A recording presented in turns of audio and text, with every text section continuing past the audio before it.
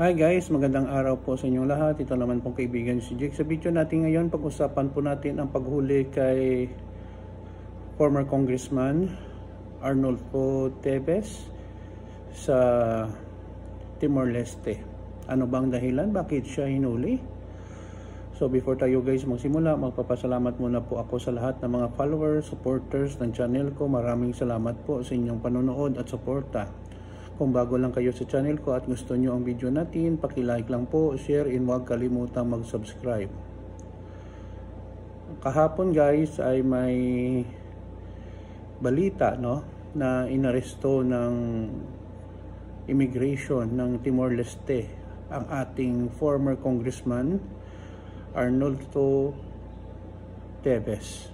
Alam naman natin na wanted dito sa Pilipinas si Arnolfo Teves sa pagpatay kay Governor Dagamo at mga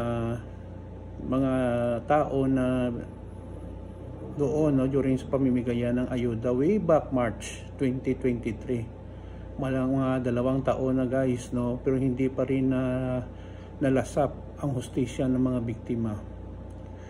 Palipat-lipat ng mga lugar si Teves, si Arnie Teves, from may sighting sa Korea, sa Amerika, sa Japan, sa Thailand, hanggang nakapunta po siya sa Timor-Leste.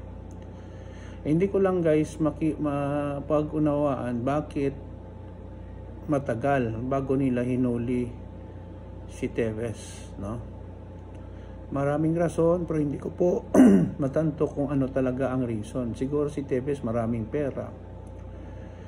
Pumunta nga doon sa pag-aresto ang NBI before kay Teves. Kaso lang wala lang sila magawa kundi turn over din sa mga authorities ng Timor-Leste. Nag-appeal ang abogado ni Teves na si Attorney Topacio na ang kanyang kliyente daw ay wala namang nilabag na batas sa Timor-Leste. Alam natin guys, ang Timor-Leste guys ay isa sa medyo hindi masyadong progresibo na bansa dito sa Asia, Maraming mahirap, siguro sorry baka nagamitan din ng pera, ang mga authorities during that time. That's why hindi na napauwi si Teves dito sa Pilipinas kahit inaresto po siya ng mga NBI before.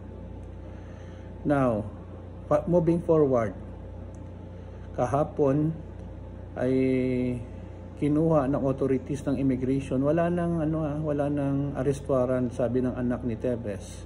Kinidnap daw ng kanyang ama.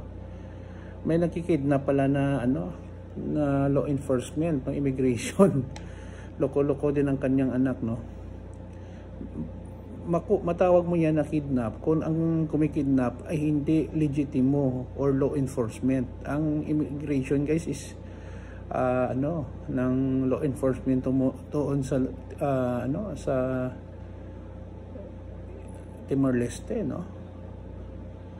Okay, so walang binigay na mga pahayag ang mga authority, pero kagabi nakita ko may mga dahilan po bakit inaresto siya ng mga authority sa Timor-Leste ng immigration. Una, matagal na siyang namamalagi doon sa Timor-Leste na wala pala siyang valid na visa. Ikalawa, wala po siyang karapatan magstay doon sa Timor-Leste. Number 1, hindi po siya citizen. Okay? Pangatlo,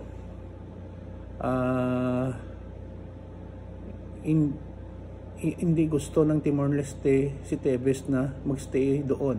Hindi na nila ni-elaborate kung anong dahilan bakit ayaw nila kahit palagay natin may visa sa. Yun po ang 3 dahilan kung bakit inaresto si Arnie Teves ng mga authority sa Timor-Leste. Sa akin lang guys, kasi matagal na to ang paghahanap sa kanya, ay mapauwi sa dito sa Pilipinas at harapin niya ang mga kanyang kaso at makulong, kasi alam naman natin siya ang tinuturong mastermind sa pagpatay sa kay Governor Dagamo at sa kanyang mga kasamahan, mga inosente, Grabe talaga guys, basta may pera ka lang at influensya, marami kang magawa. Kung pobre ka, mahirap ka, wala, no? Yun na po guys, maraming salamat po sa inyong panonood at suporta. Please like guys, kung hindi lang mabigat sa kalooban nyo, please subscribe to my channel. Maraming salamat po sa inyong pagmamahal sa channel ko, no?